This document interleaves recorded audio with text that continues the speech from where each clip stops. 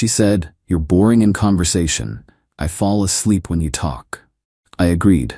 I've noticed. Then I stopped talking entirely for 2 weeks straight. Her breakdown at dinner when the waiter asked if we were okay, and I just shrugged. Original post. I, 31 male, have been with Jessica, 29, for 4 years, living together for 2. Last month, she dropped this bomb during what I thought was a normal conversation about my day at work. I was telling her about a new project implementation at my IT firm. Yeah, database stuff. Not exactly thrilling, but it's my job, when she just cut me off mid-sentence. "God, Derek, you're so boring in conversation. I literally fall asleep when you talk. It's like listening to white noise." I stopped mid-word, just stared at her. She was scrolling through her phone, not even looking at me. "I'm serious," she continued. "Your voice just drones on and on about the most mundane crap. No wonder people at parties drift away when you start talking." That last bit hit different. I'd noticed people doing that, but thought I was being paranoid. "Okay," I said. "I've noticed." She looked up, probably expecting an argument or me to get defensive. Instead, I just nodded and went to the bedroom. Made a decision right there. If my voice was that unbearable, she wouldn't have to hear it anymore. Starting that next morning, I stopped talking to her completely. Not a word. She asked what I wanted for breakfast. I pointed to the eggs. She asked about weekend plans. I texted her from the couch. Busy Saturday, free Sunday. She tried to start conversations. I'd nod, shrug, or leave the room. At first, she seemed relieved. Even made jokes to her sister Megan on speakerphone about how Derek finally got the hint about his boring stories. Laughed about the blessed silence. Day 3, she started getting irritated. "This is childish, Derek. Use your words." I texted her. "You said my words put you to sleep, being considerate." Day 5, she tried being sweet, made my favorite dinner, wore that dress I like. "Baby, I miss talking to you." I smiled, kissed her forehead, and continued eating in silence. Week 2 is when she started cracking, following me room to room. "This is abusive. The silent treatment is emotional manipulation." I pulled up her Instagram where she'd posted just days before. "When he finally stops talking. Peace at last, quiet boyfriend." She grabbed my phone. "That was a joke," I shrugged. The breaking point came at her favorite restaurant, reservation she'd made weeks ago for her promotion celebration. Her parents were supposed to come but canceled last minute, so it was just us. The waiter kept coming back, clearly uncomfortable with the atmosphere. I'd point at menu items, nod, smile at him. Jessica was trying to act normal, talking enough for both of us, but her voice was getting higher, more strained. "So Derek's been working on this huge project," she told the waiter desperately. "Tell him about your project, honey." I shook my head, took a sip of water. The poor waiter looked between us. "Is everything okay here?" I shrugged. Jessica's face went red, then white. Then she just broke. "And everything is not okay. He hasn't spoken to me in 2 weeks because I said one mean thing. This is insane. Derek, talk to me." The entire restaurant was staring. She was crying now, mascara running. "I'm sorry, okay? I'm sorry I said you were boring."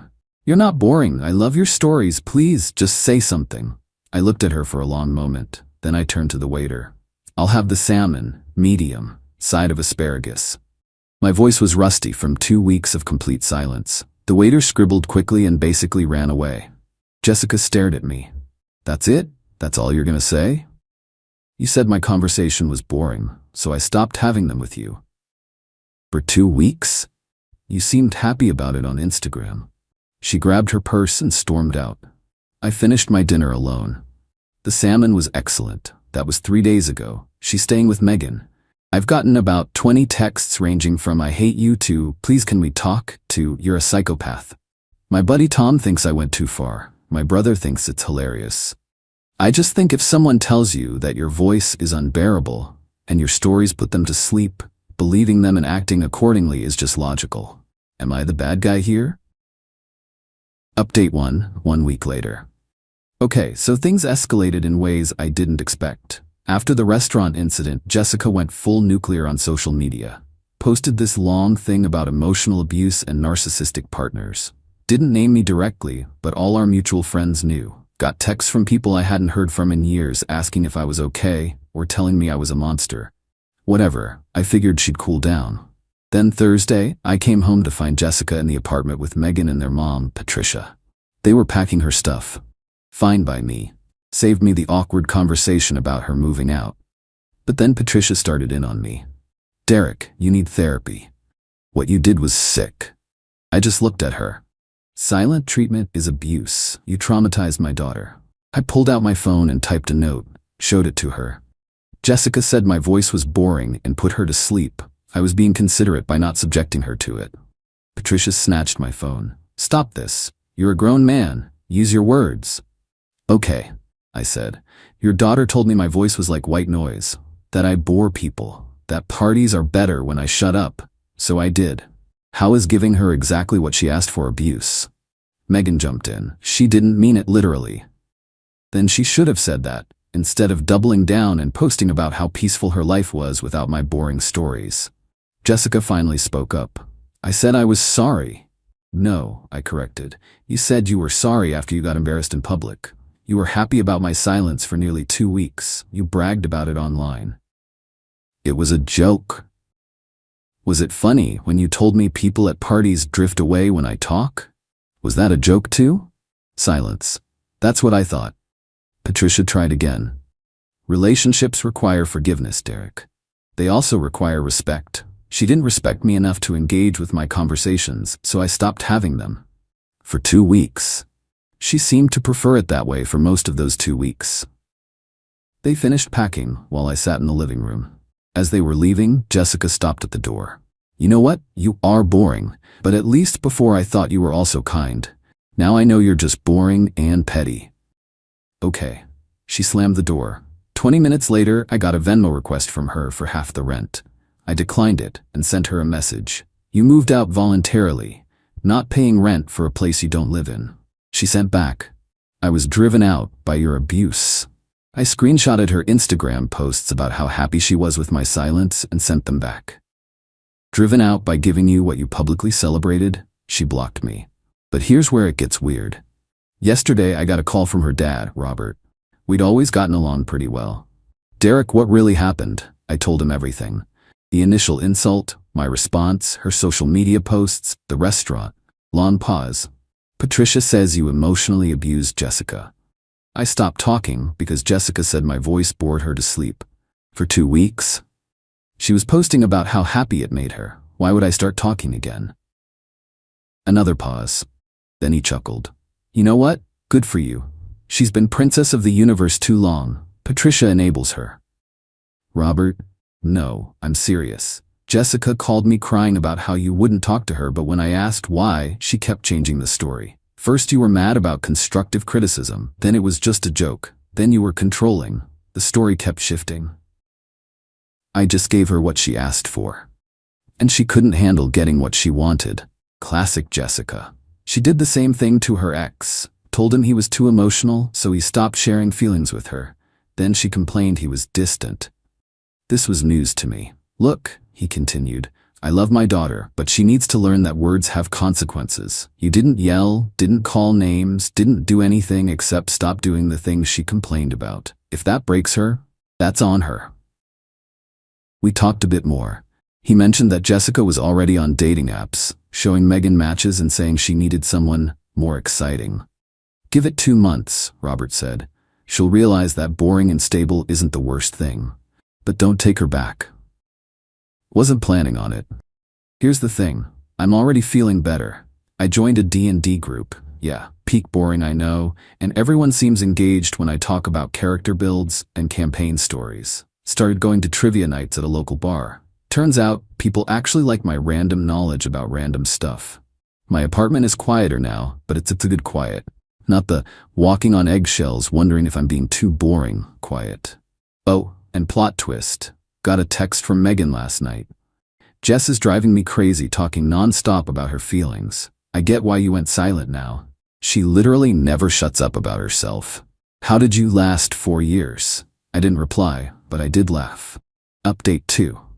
3 weeks later. So, the entitlement reached levels I didn't think were possible. Remember how Jessica blocked me everywhere? Well, that lasted about a week after my last update. Then came the text barrage from a new number. We need to talk about apartment stuff. You're being petty about the rent. I have mail there. My name is on the lease too. That last one was interesting because while her name was on the lease, she'd also texted me that she was never setting foot in that prison again. I screenshot everything these days. I replied once, "Mail is in a box in the lobby. You removed yourself from the apartment." "I was forced out by your silence." I didn't respond. Then things got dumb. She somehow convinced our landlord that I was preventing her from accessing her legal residence. Mr. Peterson called me, confused. "Derek, Jessica says you changed the locks?" "No, Mr. Peterson, she moved out 3 weeks ago, dramatically, with her mother and sister. I have security footage from the lobby of them carrying boxes." "Oh, she said you were denying her access. She said she was never coming back here. Now she wants me to pay her rent for an apartment she abandoned?" He sighed. "I'll handle it." Apparently, handling it meant telling Jessica she couldn't have it both ways. Either she lived there and paid rent, or she didn't. She chose didn't. Brightside. But then came the real entertainment. Last Tuesday, I was at trivia night with my D&D group. We came in second, when Jessica walked in with some dude. Tall, lots of hair product, laughing way too loud at everything she said. She saw me and made sure to sit where I could see them. Whatever. I focused on crushing the science category, but she kept escalating. Loud conversations about how some people are just so interesting and it's so nice to date someone with actual stories. The guy was eating it up, trying to one-up every story with his own boring tales about his gym routine. During the music round, she came over. "Hey," I looked up from my answer sheet. "This is Brad." "Brad, this is my ex who didn't speak to me for 2 weeks because I gave him constructive criticism." Brad tried to look tough. "Sounds pretty weak, bro." I looked at him, then at her, then back at my sheet where I was writing the answer to a question about 80s music. "Your turn," my teammate said. I stood up and walked past them to submit our answers. When I came back, they were still standing there. "Seriously?" Jessica said. "You're doing it again?" "Doing what?" I asked, sitting back down. "The silent treatment. I responded to your boyfriend. I said nothing because I have nothing to say to someone who thinks my voice is like white noise." Brad stepped forward. "You need to apologize to her." I actually laughed. "For what? Not boring her with my conversation? For emotional abuse." "Define emotional abuse," I said. He looked confused. "Go on, you're accusing me of it. Define it." Jessica jumped in. "You know what you did. I stopped talking because you said my voice put you to sleep. You celebrated it online. You were happy for 2 weeks. Then you got embarrassed in public. That's what I did." My whole team was watching now. So was half the bar. "You're such an asshole," she hissed. "Maybe, but at least I'm a quiet one." "That's what you wanted, right?"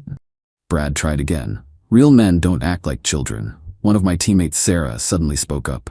"Real men also don't insert themselves into other people's relationships. Who even are you?" "I'm her boyfriend."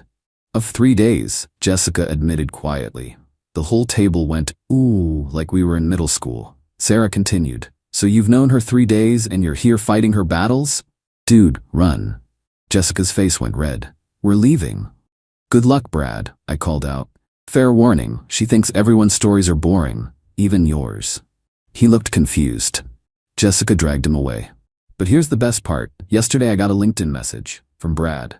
"Hey man, you were right. She spent our entire last date telling me my stories about traveling were basic and that I talked too much about myself. Then she talked for 2 hours about her ex, you, and how damaged she is from your abuse. I'm out. Sorry for the bar thing." I didn't reply, but I did screenshot it. Then, this morning, the nuclear option. Jessica's mom, Patricia, called from Jessica's phone. "Derek, she's not eating. She's depressed. You've broken her." "Patricia, she's a grown woman who insulted me, got what she asked for, and couldn't handle it. She misses you. She misses having someone to criticize. That's not fair. Neither was calling me boring and telling me people avoid me at parties. She didn't mean it. Then she should have said that when I first went quiet, not after 2 weeks of celebrating it online." "You're destroying her." "No, I'm living my life. She's dealing with the consequences of her words. She'll apologize." "I don't want an apology. I want to be left alone, like she was so happy about in week 1. You're going to regret this. I regret wasting 4 years with someone who thought so little of me." She hung up, 20 minutes later, got a text from Robert, Jessica's dad. Patricia's on a warpath. Stand your ground. Jessica needs to learn. Also, heard you joined a D&D group. What class you playing? I'm playing a bard, ironically. The guy who tells all the stories. Life's actually pretty good. Quiet, but good. And you know what? The people who actually want to hear my voice seem to enjoy my boring stories about database management and random trivia. Funny how that works. Final update, 2 months later. This is probably my last update because, honestly, there's not much drama left. Just the sad, pathetic end of someone who couldn't handle getting exactly what she asked for. About a month ago, Jessica started a blog. Yeah, a whole blog about surviving emotional abuse, where she detailed our relationship with creative edits. According to her posts, I was a silent, brooding presence who controlled her through manipulation. No mention of her calling me boring or celebrating my silence online, obviously. She must have forgotten that we have mutual friends who were there for the actual events. The blog lasted about 2 weeks before the comments section destroyed her. Someone even posted screenshots of her blessed silence Instagram posts. She deleted everything. Then came the performance art level of entitlement. I was at the grocery store minding my business in the cereal aisle when I heard a loud, theatrical gasp. There was Jessica with some new guy. Let's call him victim number 3. Oh my God, Trevor, that's him, the one I told you about. I kept looking at cereal, she stage whispered. He traumatized me with his silence. I can't be here. But instead of leaving, she got closer. Trevor, protect me. Poor Trevor looked like he wanted to disappear. Jess, he's just buying cereal. You don't understand the psychological damage he inflicted. I picked up my Honey Nut Cheerios and started walking. She followed. 2 weeks, Trevor? He didn't speak for 2 weeks. I stopped, turned to Trevor. She told me my voice was like white noise and that I bored people to sleep. So I stopped talking. She posted online about how happy it made her. Then got mad when I wouldn't stop being silent. Trevor looked at Jessica. Is that true? He's twisting it. I pulled out my phone, showed him one of her Instagram screenshots I'd saved. The piece at last one. Trevor read it. His face changed. Jess, this says you were happy about it. It was a joke. I shrugged and walked away. Heard them arguing all the way to checkout. A week later, Megan texted me. Jessica is now saying you stalked her at the grocery store. Also, Trevor dumped her. She spent the last 3 days at my place crying about how all men are trash. I'm about to lose it. How is this my life? I didn't respond, but I felt for Megan. The last straw came 2 weeks ago. Jessica somehow got my work email and sent a long, rambling message to my boss about how I was an emotionally unstable individual who might snap at any moment because of my tendency toward punitive silence. My boss, Dennis, called me into his office. I was nervous until I saw he was trying not to laugh. Derek, you want to explain this? He turned his monitor toward me. I read the email. It was unhinged. 3 pages about my abnormal behavior and how I was a danger to workplace communication. That's my ex, I said. She's upset that I stopped talking to her after she said my voice was boring and put her to sleep. For how long? 2 weeks. Dennis actually laughed. That's actually hilarious. Also irrelevant to your job. You communicate fine here. I'm forwarding this to HR in case she escalates, but maybe consider a restraining order. Already thinking about it. That night, Robert called me. Derek, I'm sorry. Patricia showed me Jessica's email to your work. That crosses a line. Yeah, it does. I've told her if she contacts you again, I'm cutting off her phone plan and car insurance. She's 29, for Christ's sake, acting like a teenager. Thanks, Robert. By the way, Jessica's in therapy now. Not real therapy. Some life coach she found on TikTok who's telling her she's an empath traumatized by narcissists. I actually snorted. Yeah, he continued. Patricia's buying into it. I'm considering divorce at this point. This whole thing has shown me how toxic they both are. You dodged a bullet, son. Maybe I did. Yesterday was the final straw. Not from Jessica, but from Patricia. She showed up at my apartment building, waiting in the lobby. We need to talk. No, we don't. Jessica is broken because of you. Jessica is broken because she insulted me. I believed her, and she couldn't handle getting what she asked for. You're a monster. The building security guard, Tony, stepped in. Ma'am, is this resident bothering you? No, she's bothering me, I said. Patricia turned on Tony. This man destroyed my daughter. Tony, who'd seen the whole Jessica moving out drama on the security cameras, just said, "Ma'am, you need to leave or I'm calling the police." She left, screaming about lawsuits and karma. I've since filed for a restraining order against both Jessica and Patricia. My lawyer says the work email alone makes it a slam dunk. The funniest part? My D&D group has become my core friend group. Sarah from the trivia team and I have started hanging out more. Turns out she thinks my database stories are fascinating because she's a data analyst. We spent last Friday night discussing SQL optimization over beers, and she didn't fall asleep once. I'm not saying we're dating, but we're something. And she actually laughs at my boring jokes. Last I heard through the grapevine, Jessica was dating some influencer wannabe who only talks about his follower count. Megan sent me one text. She says he's fascinating. He's shown her his analytics dashboard 17 times. This is karma. I'm done with this chapter. The woman who said my voice put her to sleep has spent 3 months screaming into the void about how my silence ruined her. The irony isn't lost on me. To anyone reading this who's been told they're too boring, or too much, or not enough, maybe you're just with the wrong person. Find people who actually want to hear your voice, even when you're talking about mundane stuff. Because it turns out I wasn't boring. I was just with someone who didn't care enough to listen. And you know what? Her loss. My D&D campaign stories are epic.